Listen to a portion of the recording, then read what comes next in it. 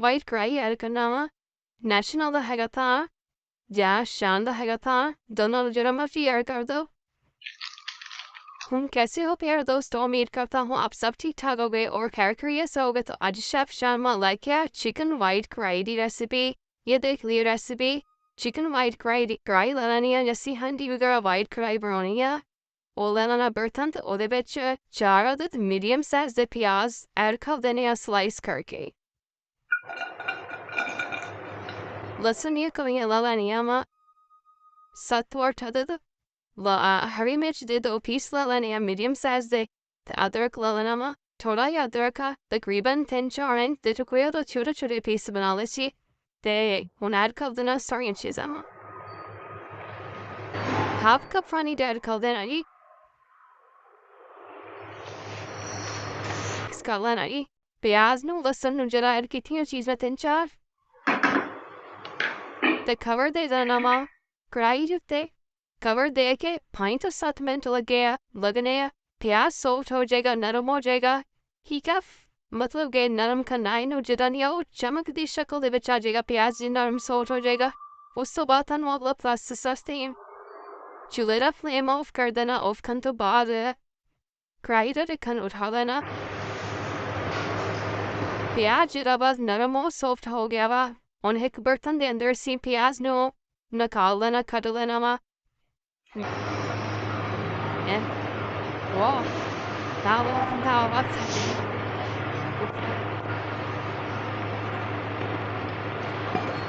प्याज नू बर्तन दे विच ऐड कर दिता वा ताकि ठंडा हो जाए। ठंडा होने तो बाद जरा पेस्ट बना लेना वा। पेस्ट जरा वा बनाने तो बाद फिर कढ़ाई दे अंदर ऐड करना। उतनी देर ठंडा हो जाए तकरीबन 5 से 7 मिनट 10 मिनट लग जाने हैं। ते हसी कढ़ाई दे अंदर चिकन फ्राई कर लिए 4 to 5 मिनट लगने हैं। उतनी देर ठंडा हो जाएगा फिर इन्हें ब्लेंड करके ऐड कर लेंगे। हाफ कप ऑयल दा जो घी ऐड कर देना जी।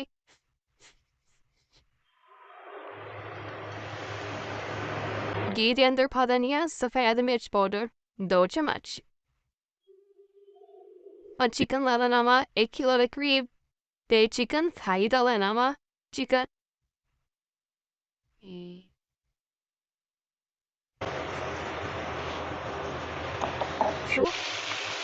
चिकन फ्राई कर लेना सी into 4 मिनट।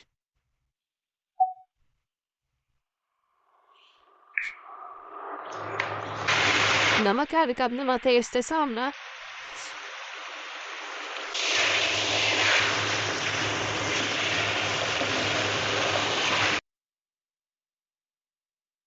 चिकन का जरा कलर वाइट हो गया वा। ब्लैड वर्गा कलर नहीं आ रहा, वाइट हो गया। ठीक है, उन्हें दे जरा सी प्याज का जरा ना पेस्ट बनाया वा वो ऐड कर देना। इधर ना दरदरा जब पेस्ट बन गया ऐड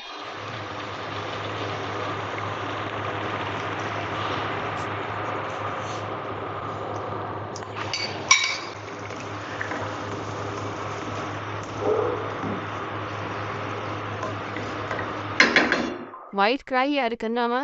नेशनल दा हैगा था या शान दा हैगा था, दोनों जरा मर्जी ऐड कर दो।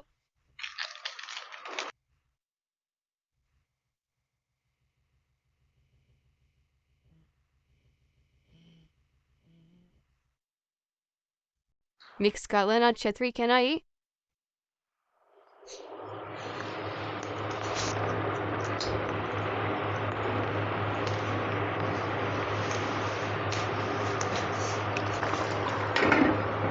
वाइट कढ़ाई का जो मसाला ऐड कर देता इन्हों तकरीबन ऐसे 7 to 8 मिनट कवर दे के अच्छे तरीके ना मतलब के पकाना इस तरह के जरा प्याज दा चिकन वाइट कढ़ाई दा ऐड किया ना फ्लेवर और अंदर तक चिकन दे अंदर आ जाएगा अच्छे तरीके ना। ते बिल भी ना होवे चूल्हे दी ते ज़्यादा तेज़ भी ना होवे, मीडियम अग तरह के पकाना वा ताकि अंदर तक मसाला रच जावे अच्छे तरीके ना बन जावे। ਹੁਣ ਤੁਹਾਨੂੰ ਮਿਲਦੇ ਹਾਂ 6 ਤੋਂ 7 ਮਿੰਟ ਬਾਅਦ। 3 ਤੋਂ 4 ਮਿੰਟ ਬਾਅਦ ਚਮਚਾ ਕੇ ਤੇ ਮਜ਼ੀਦ ਚਮਚ ਚਲਾ ਦੇਣਾ ਵਾ ਤਾਂ ਕਿ ਮਸਾਲਾ ਥੱਲੇ ਨਾ ਲੱਗ ਜਾਏ ਕਿਉਂਕਿ ਪੇਸਟ ਬਣਾਇਆ ਨਾ ਪਿਆਜ਼ ਦਾ, ਇਸ ਤੋਂ ਥੱਲੇ ਨਾ ਲੱਗ ਜਾਵੇ।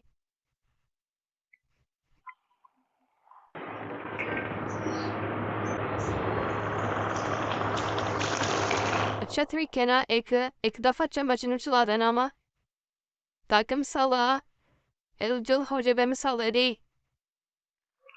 तकरीबन 7-8 मिनट बाद ਅਸੀਂ ਚੈੱਕ ਕੀਤਾ ਵਾ ਇਹਦੇ 'ਚ ਪਾਣੀ ਦੀ ਸ਼ਕੈਰਸੀ ਹਾਲੇ ਜਿਹੜਾ ਅਸੀਂ ਐਡ ਕੀਤਾ ਨਾ ਪਿਆਜ਼ ਵਗੈਰਾ ਜਿਹੜਾ ਕੀਤਾ ਉਹਦਾ ਹਾਲੇ ਪਾਣੀ ਮਜ਼ੀਦ ਹੈ ਥੋੜਾ ਤੇਜ਼ ਚੁੱਲ੍ਹਾ ਕਰਕੇ ਪਾਣੀ ਨੂੰ ਖੁਸ਼ਕ ਕਰ ਲੈਣਾ ਮਸਾਲਾ ਥੋੜਾ ਗਾੜਾ ਹੋ ਜਾਏਗਾ 8 ਤੋਂ 5 ਮਿੰਟ ਹੋ ਗਏ ਤੇ ਵਾਈਟ ਕੜਾਹੀ ਨੂੰ ਘੀ ਵਗੈਰਾ ਉੱਪਰ ਆ ਗਿਆ ਵਾ ਹੁਣ ਇਹਦੇ ਵਿੱਚ ਐਡ ਕਰਨਾ ਵਾ ਦਹੀਂ ਤੇ ਫਰੈਸ਼ ਕਰੀਮ ਹਾਫ ਕੱਪ ਲੈ ਲੈਣਾ ਵਾ ਦਹੀਂ ਦਾ 200 ml ਲੈ ਲੈਣੀ ਆ ਫਰੈਸ਼ ਕਰੀਮ and mix ਕਰ ਲੈਣੀ ਅੱਛੇ ਤਰੀਕੇ ਨਾਲ ਦਹੀਂ ਦੇ ਵਿੱਚ ਐਡ ਕਰਨ ਤੋਂ ਬਾਅਦ ਅੱਛੇ ਤਰੀਕੇ ਨਾਲ ਮਿਕਸ ਕਰ ਲੈਣਾ ਵਾ ਦਹੀਂ ਦੇ ਵਿੱਚ ਦੂਸਰੀ ਵਗੈਰਾ ਨਾ ਹੋਵੇ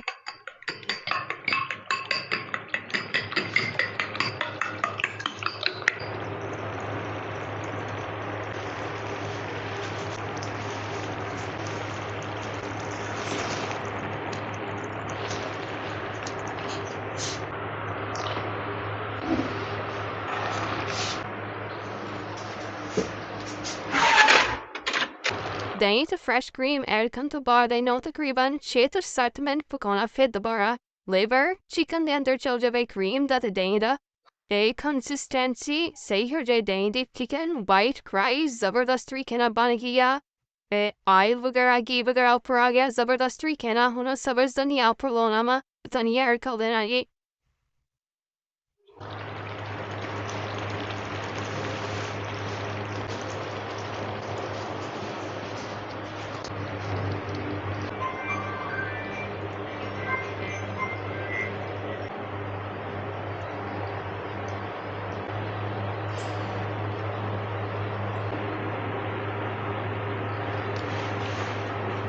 वाइट क्लाई रेडी हो गई या ज़बरदस्त तरीके ना बहुत ही डिलिशियस ज़बरदस्त और तो मिलते हैं नेक्स्ट रेसिपी के अंदर the next वीडियो के अंदर अल्लाह हाफिज़